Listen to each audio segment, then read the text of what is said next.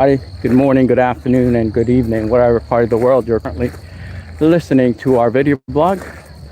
And today is a Saturday. I believe it's May the 15th, and we're out to experience the 250th anniversary celebration of America. So we're pretty much kicking off the festivities here in Williamsburg, Virginia. We have before July the 4th, but the whole country is definitely going buck wild around the whole United States in preparation and anticipation of our July 4th festivities. It's going to be really, really fun, engaging, also, and not just entertaining, but also learning something about history as we have learned it throughout the many generations of Americans that have followed U.S. history. So that's, we got about 10 minutes till we start the event. I will try to basically cross and get closer to the stage, because right now it's really hard to see what's going on, but we'll try to cross if they'll let us. Okay, so what I was talking about earlier before I took a break was that history is a pretty interesting subject. I've always followed history since I was in middle school, but I think history tends to evolve quite a bit, and the more you evolve, the more watered down it gets. So we shall see if it's going to be consistent to what everybody have learned throughout the years and talked about in schools and read in their history books and all that stuff. So I will keep y'all posted. We got 10 minutes till the start of this whole festivities. You know what I was just gonna say, there were the Germans, the French, the British, and the Confederates that were involved during the Civil War. We don't really get to hear everyone's perspective other than the victor. Okay, whoever wins get to tell and narrate history. So that's just the reality of it all. So it doesn't matter who they massacred, it doesn't matter who it is that they destroyed, as long as they win. So that's the overall reasoning behind narrating history back then. Luckily, we have social media today, which we can actually, incorporate the truth to history and try to share what really took place. I think this is a good, spot for us to watch. I don't know how much closer we can get, but this is fairly close. It's a decent location for us to be in. It's probably gonna get loud in a few minutes because we're so close to the sound system here. So what I'm gonna do, if it gets too loud and you guys can't hear my voice, I'm gonna back up a little and have you guys enjoy the experience. I know you're watching from all over the world, so you might as well enjoy your time getting to celebrate America's 250th anniversary in Williamsburg, Virginia, and also learn about U.S. history. Okay, folks, I know right now the U.S. isn't the most appreciated, unfortunately. But it all really depends on the type of individual you are. If you're the type of individual that actually try to learn, then you might actually appreciate all the contribution of America to the world. But if you're one of those sheeps that drinks in the Kool-Aid bottle as everybody else, then you might not like us very much. So with that said, folks, thanks so much for joining us. It's a really nice evening here in Williamsburg, Virginia. The weather is cooperating. It wasn't the case in the last few months, but it's definitely very nice to be out this evening. So with that said, let me know if y'all have any questions. I apologize, I had to take a break from my vlog because I had to use the bathroom, but we are back. And make sure to subscribe, like, share our platform with your friends and family, wherever part of the world you're currently listening to our video blog and podcast. Yeah, and we're going to try to do our best to promote Williamsburg as a tourist destination and history, place to learn as much facts about U.S. history. Okay. Yeah, I think it's important to actually learn the history of a country before you start dogging them. With that said, folks, let me know if you have any questions. And yeah, I hope you all enjoy the show. It might get too dark for me to broadcast, but what I will do is, if I manage to find a recording that is light and bright enough so that y'all can see it, then you guys said as long as you're on the cobblestones, you're fine. You can actually enjoy the view. Okay, let me go walk away from all these people because it's getting loud and you're not going to be able to hear much of what's going on up in the stage. We'll be down. So as soon as it begins, we'll get out of the way, I promise. So, we won't block it. what I'm going to do is I'm going to ask permission to see if I can get closer. Because technically I'm doing a video blog, so let me go ask. Hello, I have a quick question. I'm doing a live stream on our video blog podcast. We're promoting Williamsburg as a tourist destination. We're being seen around the world right now. How close can I get? Like, can I get over there? No. Yeah, what's the closest show I can begins, get? we're going to keep people... I'm doing a video blog. I'm live streaming right now. Oh, that's fine. The closest you can get is... Because we're trying to promote Williamsburg as a tourist destination. Sure. So that's awesome. We got a lot of people doing that as well. So the closest you can just be on the grass and right along the pavement. Okay. And that's it. Can I set my tripod here No, somewhere? sir. I can't do that? No, sir. Okay. This is emergency access. It's part of the production, so no, sir. Okay, no worries. Appreciate All right, yeah, no worries. Thank you. So we can't get too close, but I guess this is close enough. Anyway, we'll walk in a few more directions. Are you guys able to see them there? They're lining up. So these are some of the reenactors that's going to be performing this evening. I don't want to block everyone's view, so I might just have to squat here. But they said that it's an emergency access area, so we can't get too close to the stage, but we'll try to get as close as we can. Anyway, folks, thank you so much for joining us this evening, and we will continue to help win hearts and minds. Okay, we don't just want people to kind of There's going to be a vehicle that comes through in a minute, part of production, and then they can filter out in the middle of the road, kind of. Okay.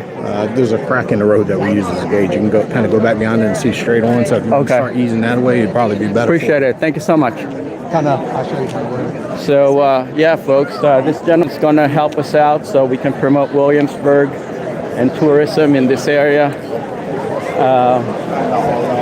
This here. Yep. So once again, just stay as far to the side as you can and don't block anybody. You are about Thank to you. experience is based right, so on we're getting true events started. that happened on this street throughout over 250 years of Williamsburg and our nation's history.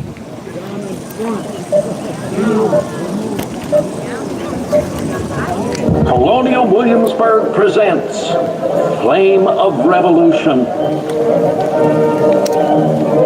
1934, Williamsburg, Virginia. For 80 years, the capital of England's Virginia colony.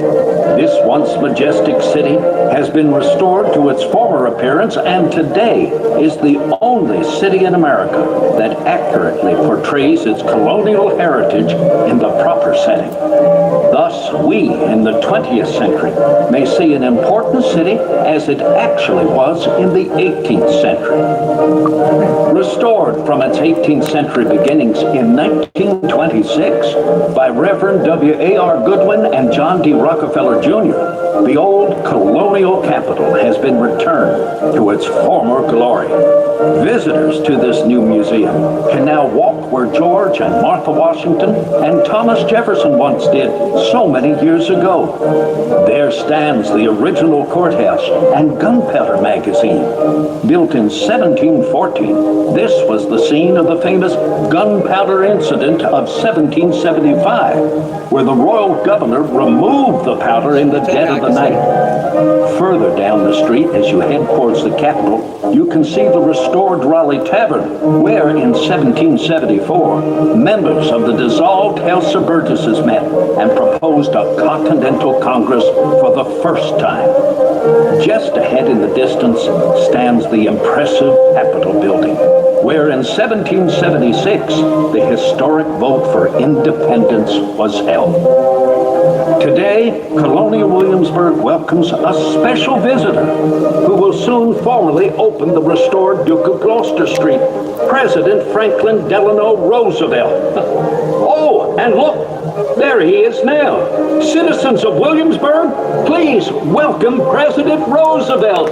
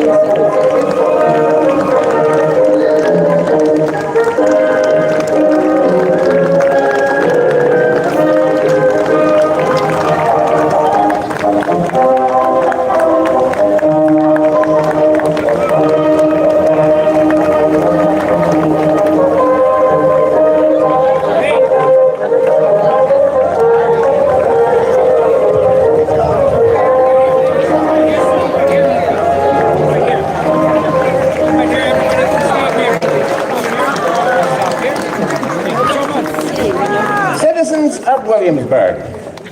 I give you my thanks for inviting me here today to formally open the newly restored historic avenue, Duke of Gloucester Street.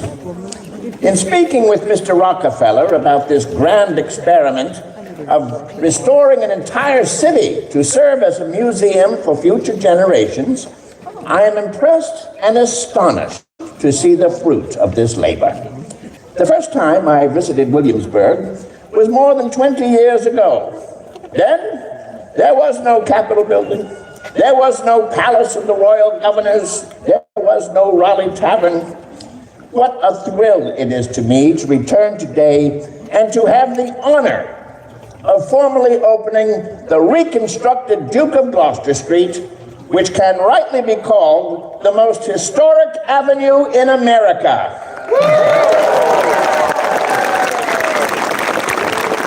What a joy it is to see the transformation which has taken place, to see the Capitol building, the Governor's Palace, the Raleigh Tavern born again.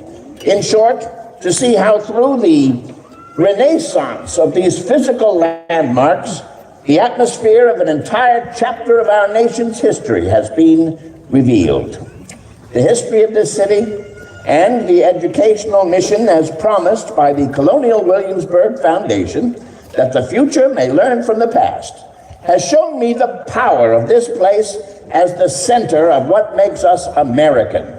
And there is no better place in all America to preserve than Williamsburg, Virginia.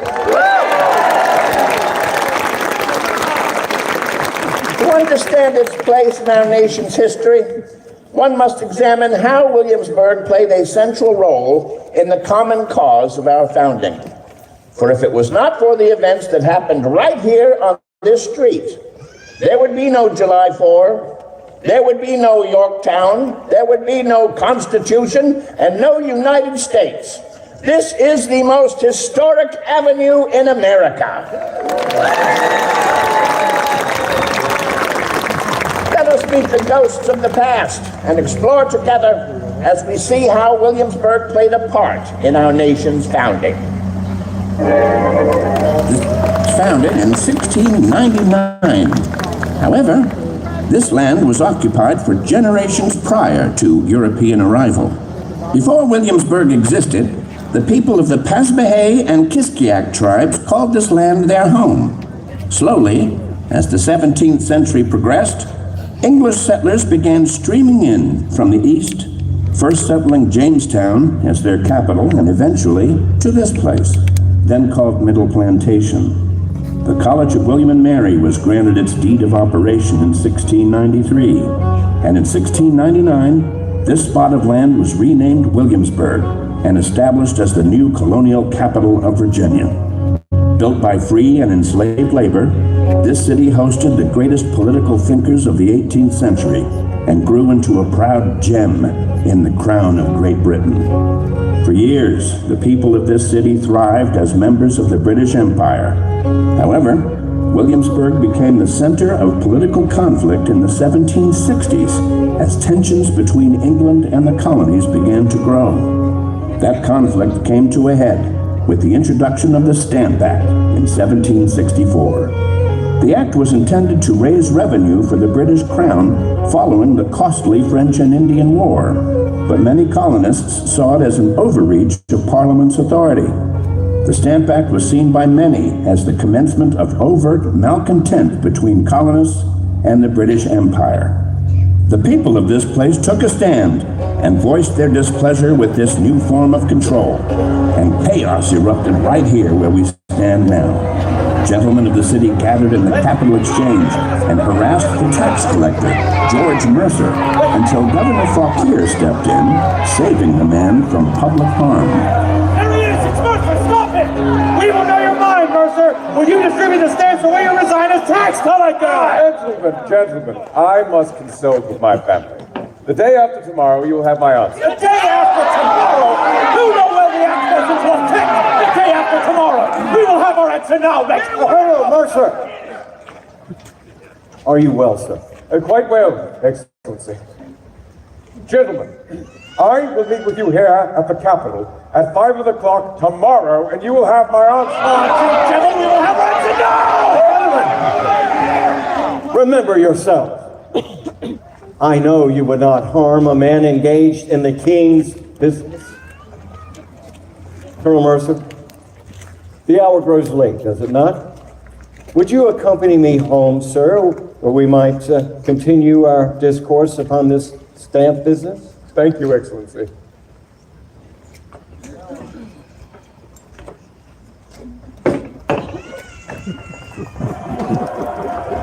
The Stamp Act crisis of 1765 sowed the seeds of discontent as the rumblings for independence were seen right here on this street.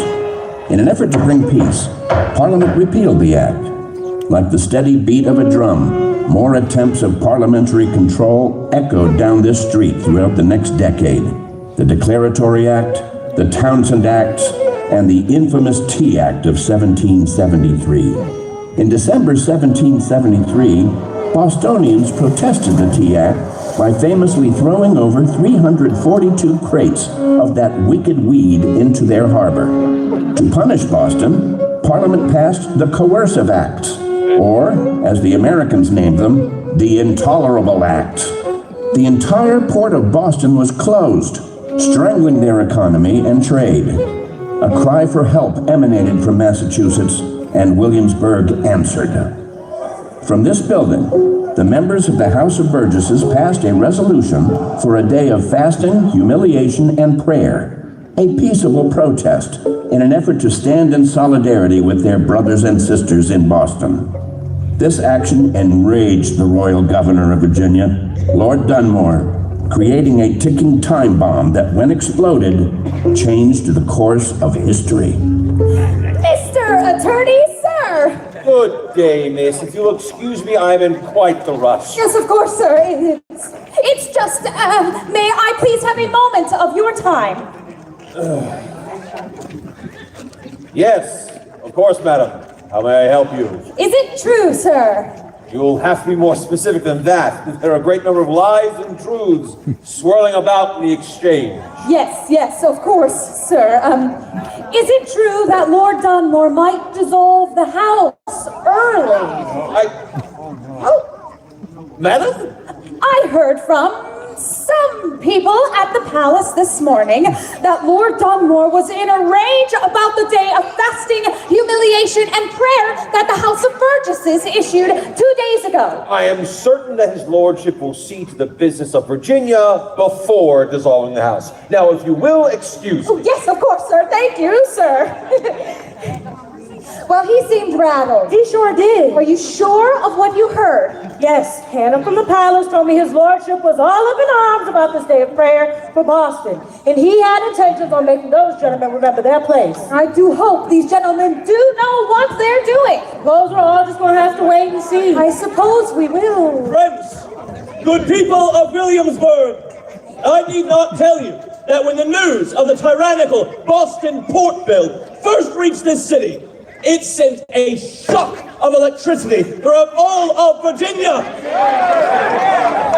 It is a most dangerous and violent attempt to destroy the constitutional liberties and rights of all North America.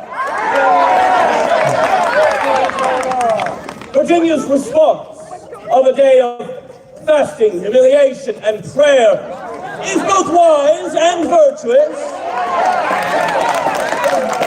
But I stand before you now to ask, is this all we shall offer to our brothers and sisters during a time of suffering? I say it is time that Virginia calls for a Congress of all the colonies. Mr. Lee, while I respect and admire your zeal, sir, I must encourage moderation. The cause of Boston is not the cause of Virginia, yet. We must have patience. We cannot afford to involve Virginia in anything that is not hers to fix. Mr. Pendleton, Virginia must lead the way in this matter. We must call for a Congress. We cannot afford to incite the king's wrath. If we meet as a Congress, his eye will be turned towards the Chesapeake, and we will be next. We stand on shaky ground as it is. I am disappointed in this dispirited response. Your inaction signifies your allowance of a political death to all rights and liberties as British subjects. Mr. Lee, I fully agree with the need to call for a general Congress. However, our duty has ever been to Virginia first. We've already called for the resolution of fasting and prayer. That is enough. Mr. Randolph, sir, our actions will be viewed as feeble. Our actions may appear feeble now, but if we can avert a civil war by exerting one moment of patience, history will remember us for it. If we call for a general Congress now, that will surely force Lord Dunmore to dissolve us immediately. And how does that serve Virginia? So let him! He will likely dissolve us anyway. Richard, you may well be right. But why force his hand? Let us discharge our obligations to Virginia first, and then we can consider the needs of others. Hey! Oh, brother, there you are. I just saw Lord Dunmore arriving a moment ago. He is not happy about us supporting Massachusetts. I can imagine. He summoned us all here to attend him. God's teeth, this does not bode well for us completing our business. All here give attendance to His Excellency, Lord Dunmore.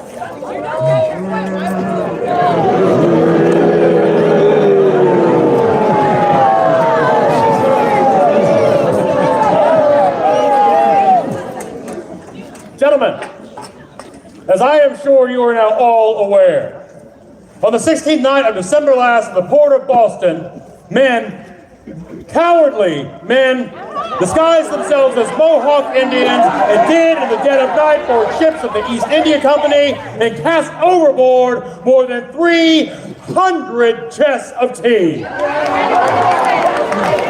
An illegal act,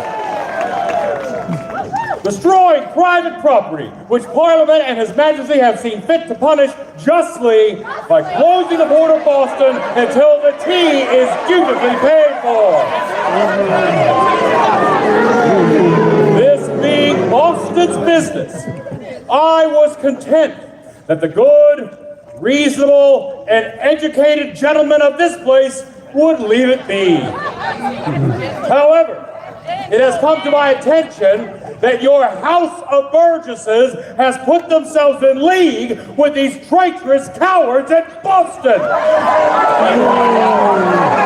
have, without executing proper protocol, put forth the day of fasting, humiliation, and prayer.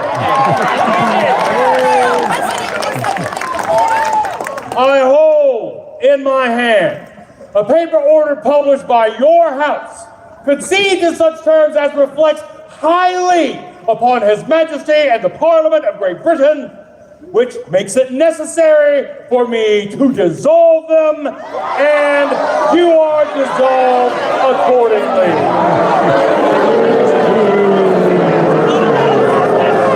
You are dissolved, gentlemen. God save the King!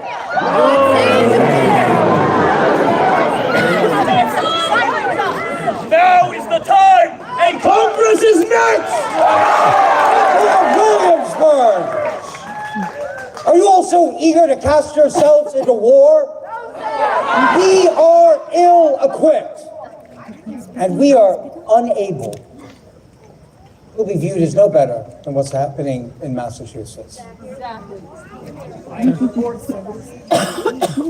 how? How can you be sure, sir? He has not yet called for new elections. How can you be certain that he is going to call for any new elections of the House of Burgesses? That's what happens when you poke a hornet's nest, Mr. Lee. You get stuffed. This will affect everyone. Just like Let us remember ourselves. We've been dissolved.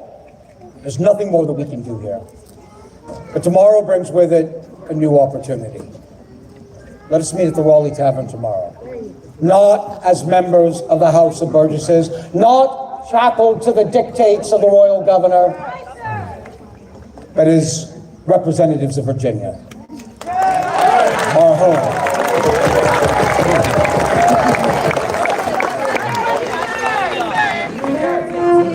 It was that decision which ignited the spark of this new idea of America. The next day, the former members of the House of Burgesses did meet at the Raleigh Tavern and proposed that delegates from all colonies meet as a Congress. Virginia's proposal was answered, and the First Continental Congress was set to meet. From a decision made a stone's throw from this spot, Virginia entered the national dialogue. The Virginia delegation was chosen from men who walked this street, stayed in these taverns, and discussed the ideals of the Enlightenment in the coffee house right by the Capitol. Those ideas were brought to Philadelphia in September of 1774. Meanwhile, in Williamsburg, political tensions continued to rise. In April of 1775, Lord Dunmore made a decision that forever altered the course of Williamsburg's history. The royal governor had demanded the key to the powder magazine, and rumors began to circulate that he might try and take the gunpowder within, removing the ability for the people to protect themselves. Independent companies, a citizen army made up of local men and college boys, took guard of the city with specific focus on the magazine. This, coupled with threats of enslaved rebellions in counties around Williamsburg, created a hotbed for rumor and fear. This tense standoff between the people and royal authority persisted until April 21st, when, in the early hours of the morning, the magazine was left unguarded. Those who were set to guard it left their post, seemingly because they got bored.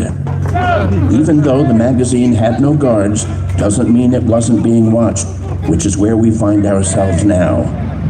Between the hours of 3 and 4 a.m., sailors sent under orders from Lord Dunmore arrived at the magazine. After unlocking the gates, they began taking half barrels of gunpowder out of the magazine and loading them into a wagon. This event was largely unobserved by the sleeping citizens of Williamsburg until one person saw someone leaving the magazine.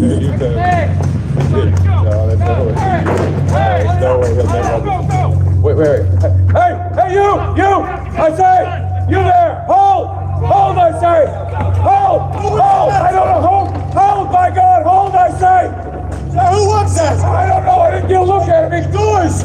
The doors are open! Why are the doors open? Papa, go investigate! Somebody find Captain Ennis!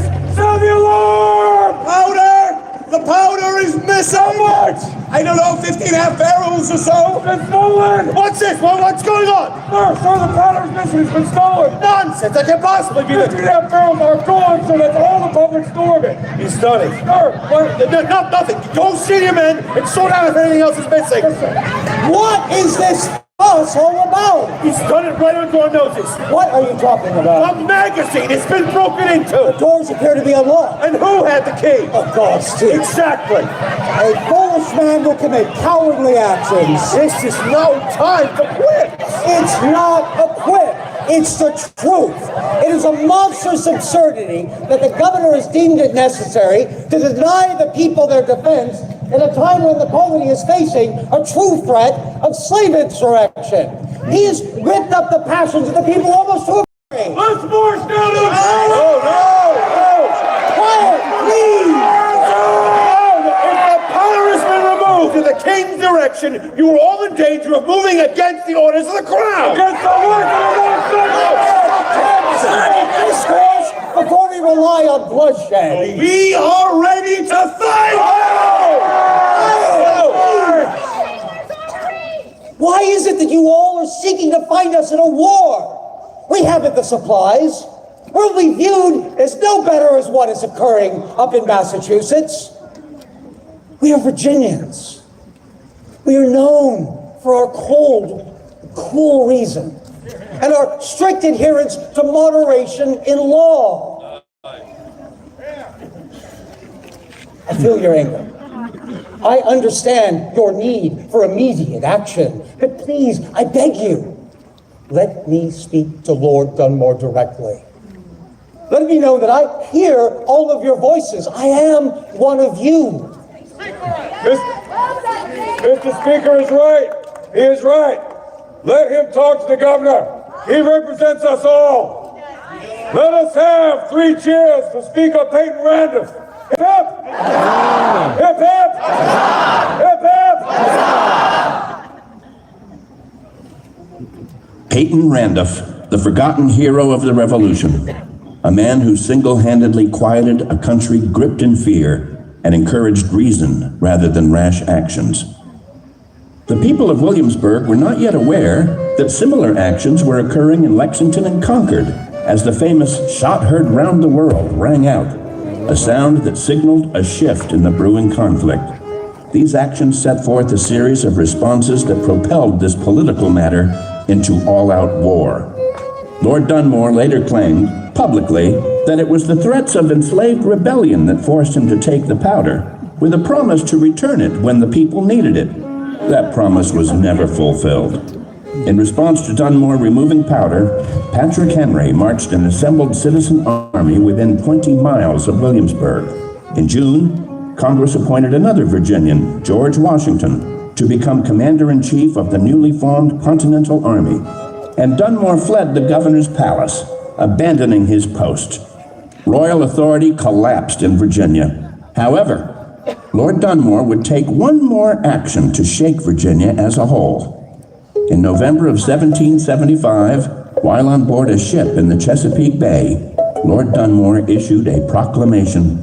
That proclamation promised to free those enslaved by rebel masters who would join his forces. Confusion, anger, hope, and fear permeated Williamsburg as that delicate balance of power between master and enslaved was shifted, and decisions were made that changed lives forever.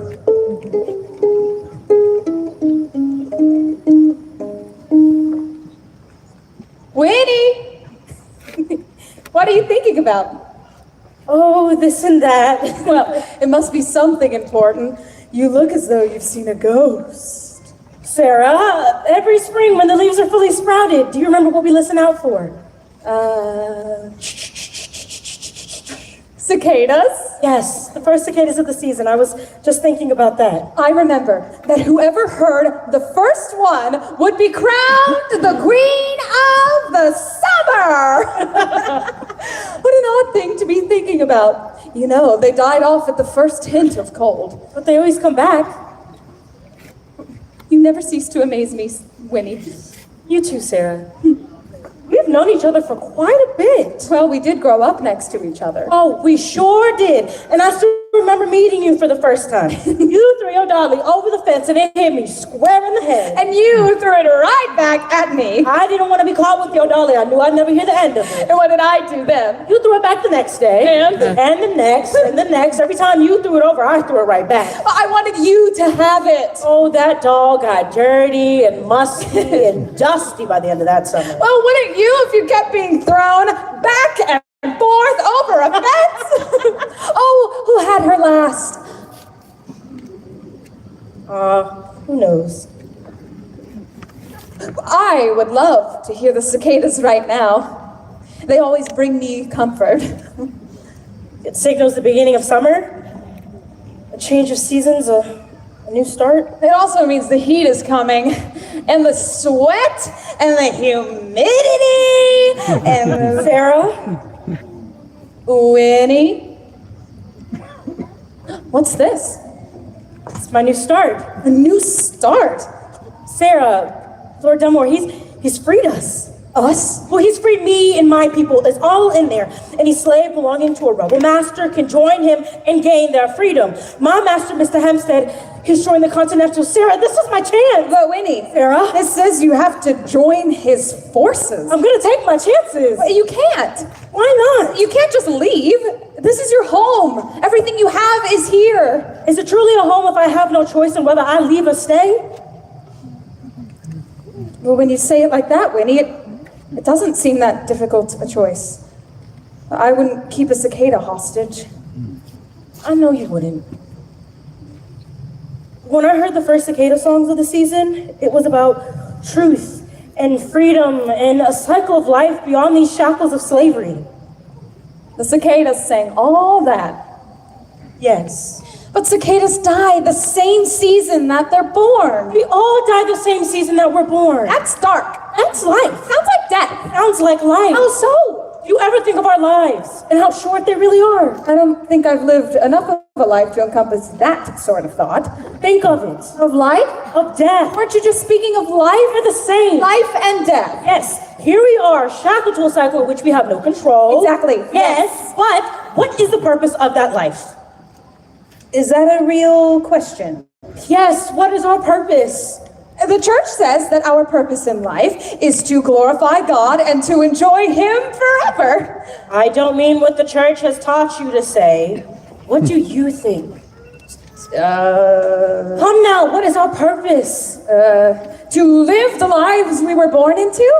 I'm the daughter of a tavern keeper. I'll likely marry a tavern keeper, and my children will do the same. But you don't have to. What? Ask the deeper question. All right. Our purpose in life is to be born. Yes. And to live. Yes. And to maybe do something with it. Yes, keep going. To do something that someone will remember. Like your cicadas. Yes. To sing a song of our lives. What does that song sound like? Like two lads rubbing together. Gross! And that's a cricket! Why does a song need a purpose? Why do we sing? Why do the cicadas sing? For themselves and for the future generations to come. Does the cicadas' purpose end once they've sung their last? Now, our masters in England seem to think so. No. Our masters hold no sway over the cicadas and hold no sway over us. They make laws, sure, laws of men. They're men. They can no more tell a cicada to cease its singing than they can tell us to stop living. To crave our song. You see, our fault is that we let man dictate our natural rhythm. So our natural rhythm is above man's law. Yes, they play shows around us. They constrain us, and yet we will claw and we will cling and we will shed the husk of everything they created to hold us back, and we can sing our own song. Yes, there is such a beauty in our natural rhythm, and we can be as free as they. Don't you see? Yes, I think I do. These men, British, American, loyalist, patriots, in the end, they still wrap their shells around us. Yes. Confine us. Yes. Define us. Constrain us and detain us. It doesn't matter what their laws are, whether they are British or American. We are free. We've clawed. We've climbed. And we are ready to shed the shackles of the husks that they have placed upon us and leave the husks behind. Now you understand. But there's only one problem. What's that? Well, you are black. I am a woman. What makes me any different than you? Well, Winnie, we might share our sex, but the law says that you are property. The same law that give them freedom, take it from me. Winnie, where are you going? Nowhere, Sarah. Just take care of yourself. Well, you have to be going somewhere. I'm going to sing my own song. A song of freedom. Winnie, you can't. You can't just run. Just because Lord Dunmore printed it on some paper doesn't mean that it's the right thing to do. I have a right to my own body, my own mind. I am tired, Sarah. I am tired of the shackles that these men have placed upon me. I am tired of being used for everyone else's gain. I didn't think there was anything else they could take from me. They've already taken my body. They could kill you. They've taken my life. Death is the only way out of this shell that they've placed around me. And I am choosing my own life, my own story, my own destiny. I can't let you. Why not? All you have to do is walk away, Sarah. You didn't see a thing. Winnie, don't make me do this. Sarah, who dictates our natural rhythm?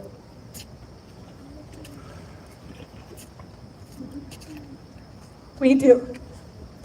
Fear is not the final step. It's the first. Just because something is illegal doesn't mean it's wrong.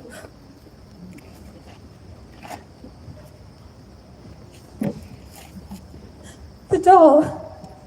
Our doll. Our doll.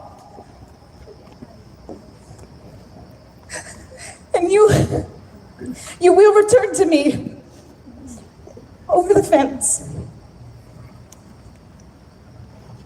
Goodbye, my Sarah. I'll be listening for your song. I know you will. Shed those husks. I will.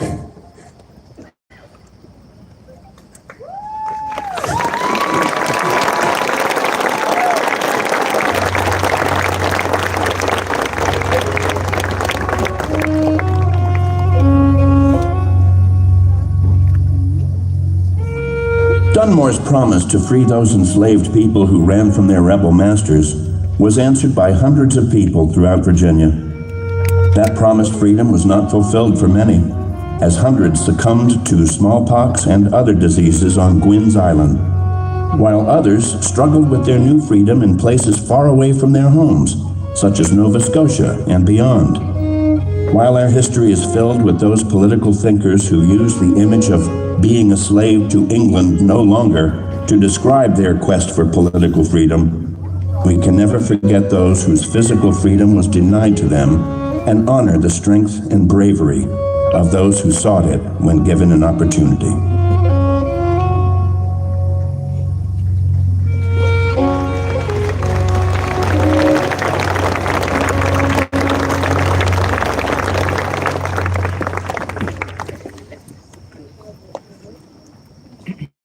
In May 1776, the Continental Congress was meeting in Philadelphia.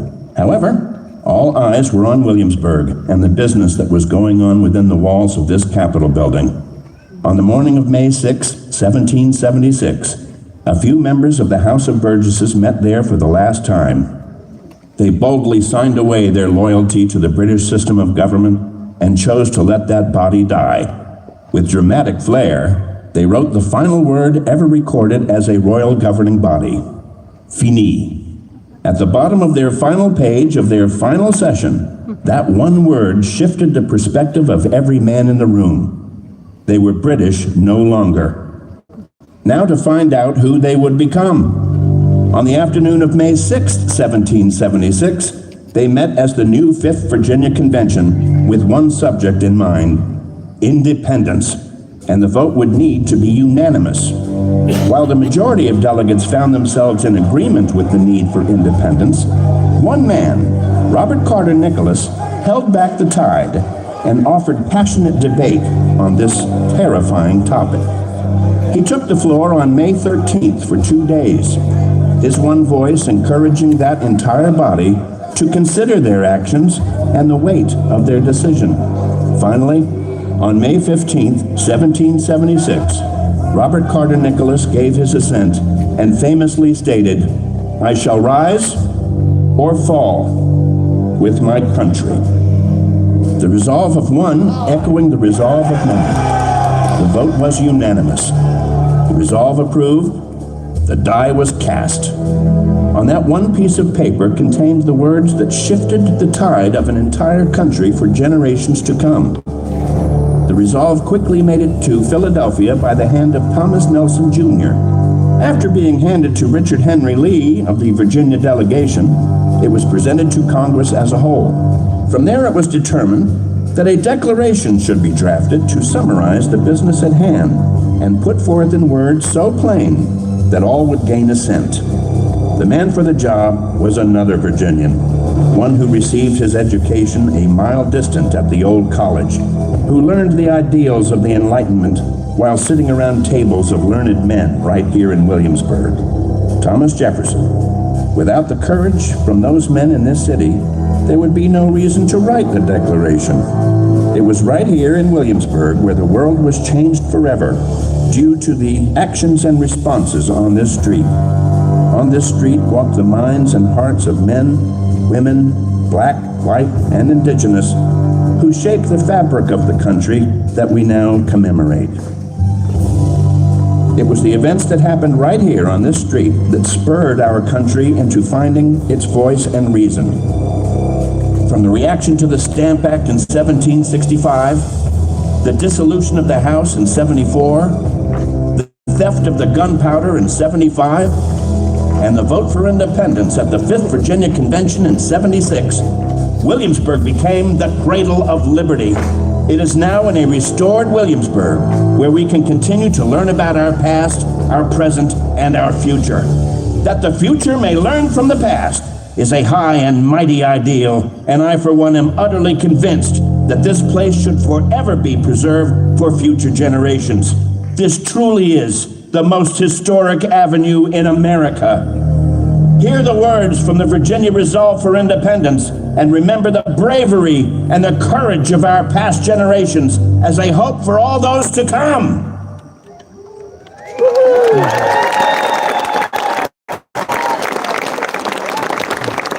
Draw near and give attention. From the delegates of the 5th Virginia Convention in Williamsburg, Virginia, May 15, 1776, I give the following. Resolved unanimously that the delegates appointed to represent this colony in General Congress be instructed to propose to that respectable body to declare the United Colonies free and independent states. 3 cheers for American independence. Hip, hip, huzzah! Hip, hip, huzzah! Hip, hip, huzzah!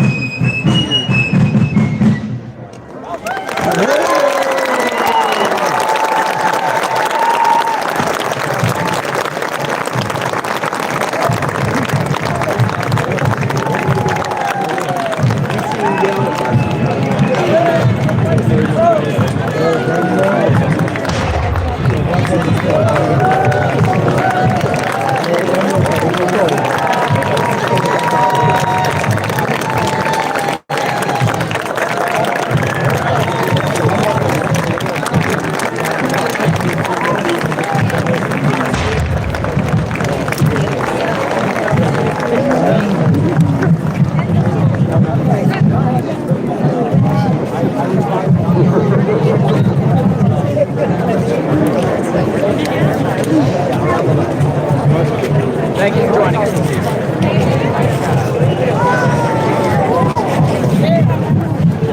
Okay, folks, it's a little dark here, so you're not going to be able to see me. I'm going to see if I can, I'm going to try to get closer to the torches here so y'all can see me talk.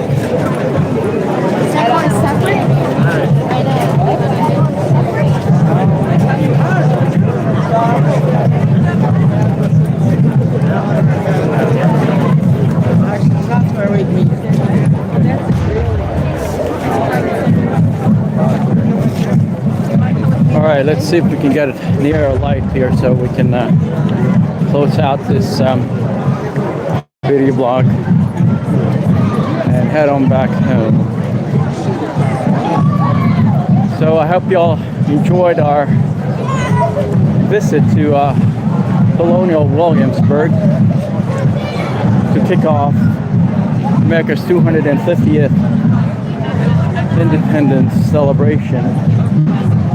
And as I mentioned, it's going to be a national festive event.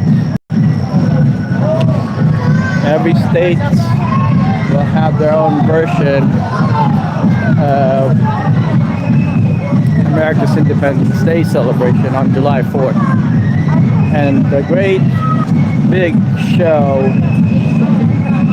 will take place in Washington, D.C., as I've heard, but there will be obviously a well put together event that will take place here in Williamsburg, given that this is where everything started. All right, let's follow the drum line.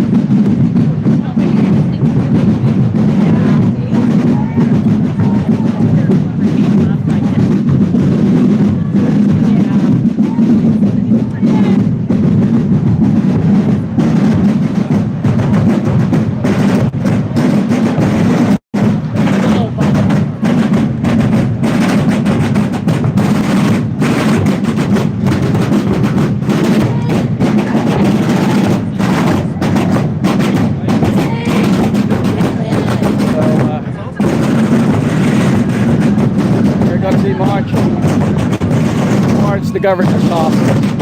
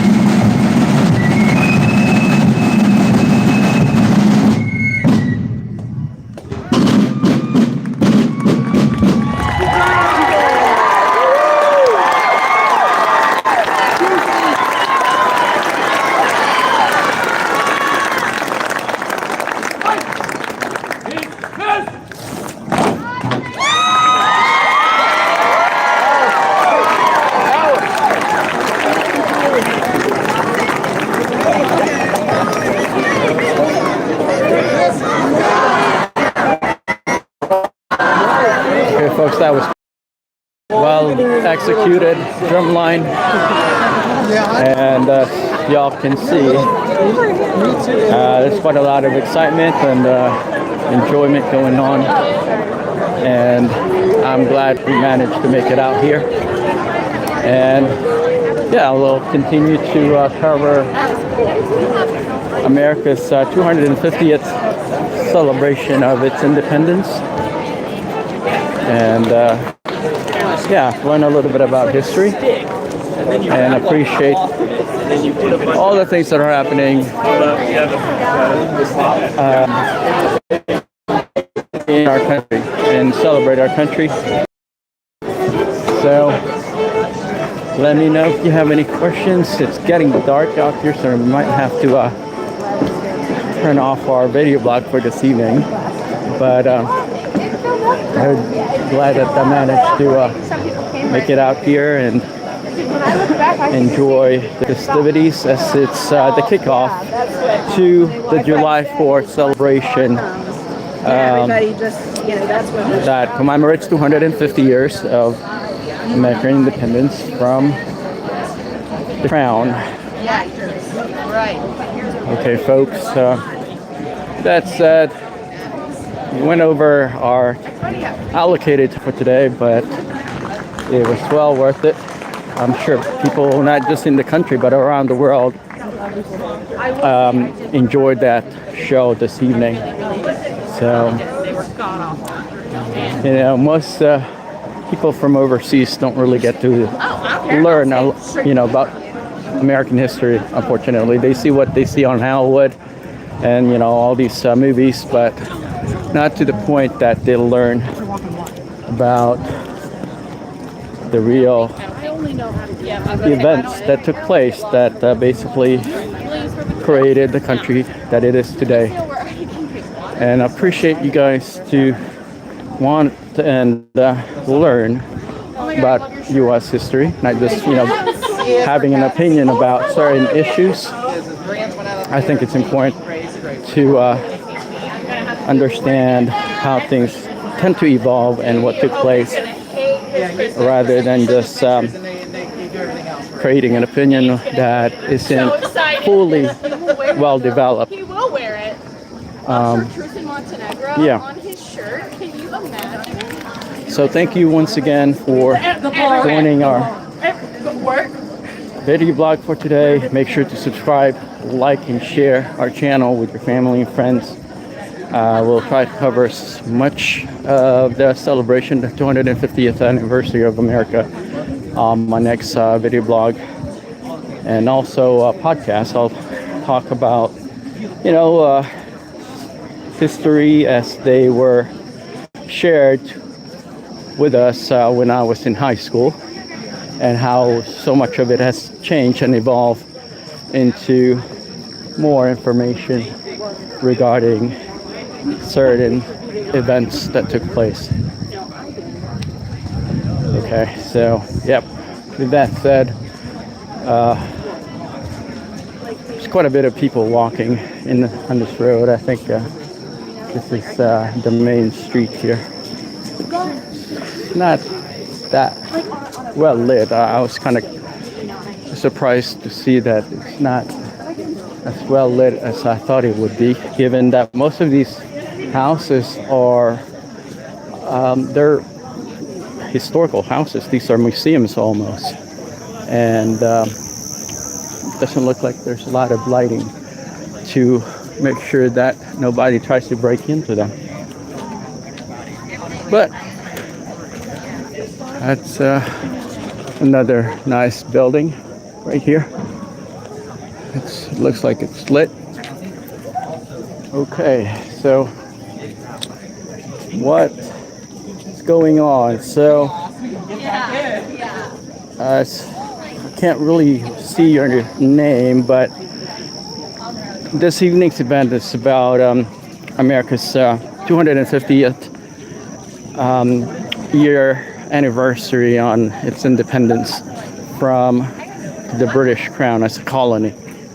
And they had a reenactment showcasing what took place leading up to the Declaration of Independence. As you all can, I don't know if you managed to see the conversation between the speaker and I think the representative of the British king, who basically dissolved the colony that led up into the Declaration of Independence. So there was quite a bit of, friction that took place, and many of the subjects and peasants and you name it, whoever it was that were not royalty, I guess at that point, were being oppressed and weren't given the same privileges as other British in mainland Britain were being given. So they decided to revolt. And I don't know if you got to listen to my first video blog on this event. I had to cut everything in half just because I had to take a break. But I was talking about what precipitated the succession from the British Crown, and it was basically many of the colonies were not given the same privileges as other British, subjects.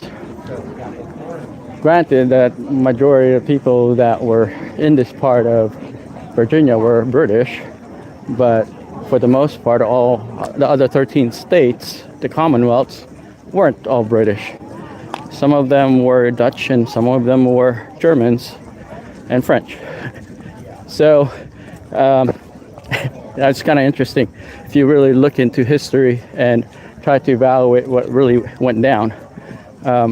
So with that said, the British colonies basically decided to secede and basically declared independence from the crown. Was it in the best interest at that time? Possibly. Who knows? Many of the subjects weren't educated. Predominantly of them were shipped from Britain to basically become farmers into the Commonwealth. So they weren't educated to the point that they can make certain decisions. And so they had a representative. I mean, this is based off of history as it was told to us when we were in school. So basically they were being told what to do. And what can you do when a bunch of peasants, a bunch of uneducated people decide that they don't want to follow orders anymore? Well, was it in their best interest to secede? I don't know. But they didn't have the guidance that it required for them to basically make sound decision. And it was just, it snowballed into becoming an independent country. Had they not been oppressed, maybe there wouldn't be a country. Maybe there wouldn't be in America today had they not revolted. Who knows? But everything started here in Virginia, but not all 13 Commonwealth states were British colonies. They were a mixed bag of Dutch and Germans and French people. But you don't hear about them. So, because, obviously, whoever wins get to tell the story of how they won. Anyway, please make sure to follow our video blog and podcast. Tell your family and friends as we kind of unpack current events, geopolitics, geoeconomics, foreign policy, and everything and anything that is relevant to those that wants to learn. And check this out. So they have a group Sounds like they're history buffs or some history fans. But you know what? I've traveled the world and studied in UK, studied in Israel, worked for the US government, served in the US Peace Corps in Eastern Europe. And the more I learn about history, world history, US history, foreign policy, geoeconomics, politics, you name it, the more I want to really research what went down. You know, is it truly what was being told to the public back then is similar to what is being now discussed in today's new world marketplace? Because politics and for the most part history revolves around what benefits a marketplace, benefits certain geographics of people. And the reason for that is because it helped create, you know, some sort of unity, cohesion among people. So some tend to be watered down and some are truthful. But that's just the reality of the evolution of the world. So it was a pretty nice celebration and I enjoyed learning more about history. I didn't know some of those talking points that they discussed. I'm glad that I managed to listen to it. But in all reality, folks, don't just be one of those people that just absorb, you know, what people tell you. Actually learn and do your own research. Okay, it's great to celebrate history. It's great to celebrate, you know, social evolution worldwide. But look into it and question it if it's something that serves the purpose of the population or is it something that serves the purpose of the few.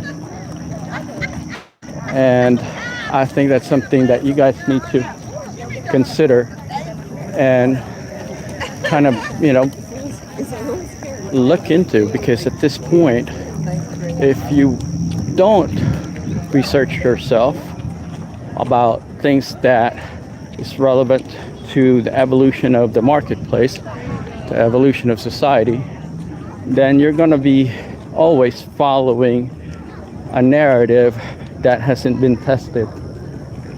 And when you don't test certain talking points, you become one of those sheeps that basically support narrative without really knowing what it is that you support. So it's important that, I think, to my opinion anyway, that you try to evaluate what's being shared and talked about, because many people have a lot of disjointed opinions and agendas that are not consistent to or conducive to the betterment of society and the betterment of people. Like what I was talking about, whoever wins a battle gets to write the story on that battle. That's just the reality of things. I mean, is it something that we should be worried about? Depends if it's going to ruin certain societies.